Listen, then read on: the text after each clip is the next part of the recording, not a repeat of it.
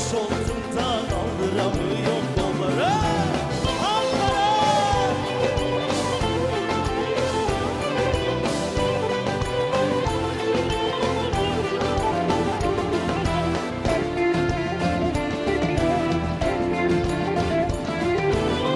Hasarda urganım var da yün basma yorganım var.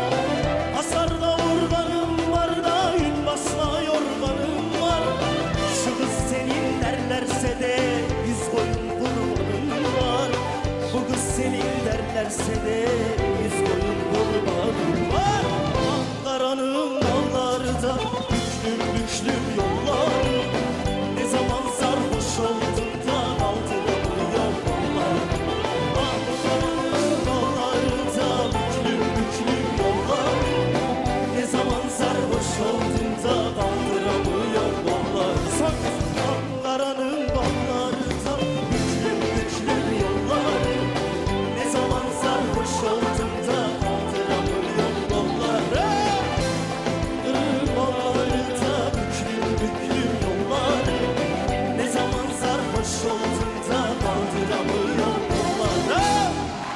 Alkışlar sizlere gelsin.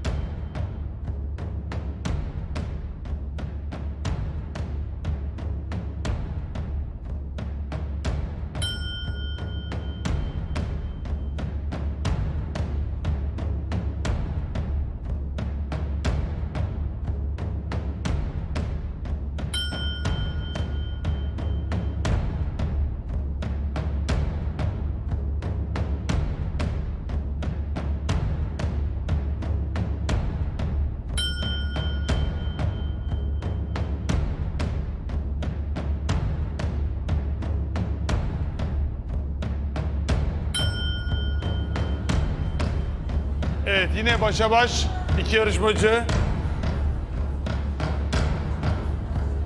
Kim %50'yi geçecek?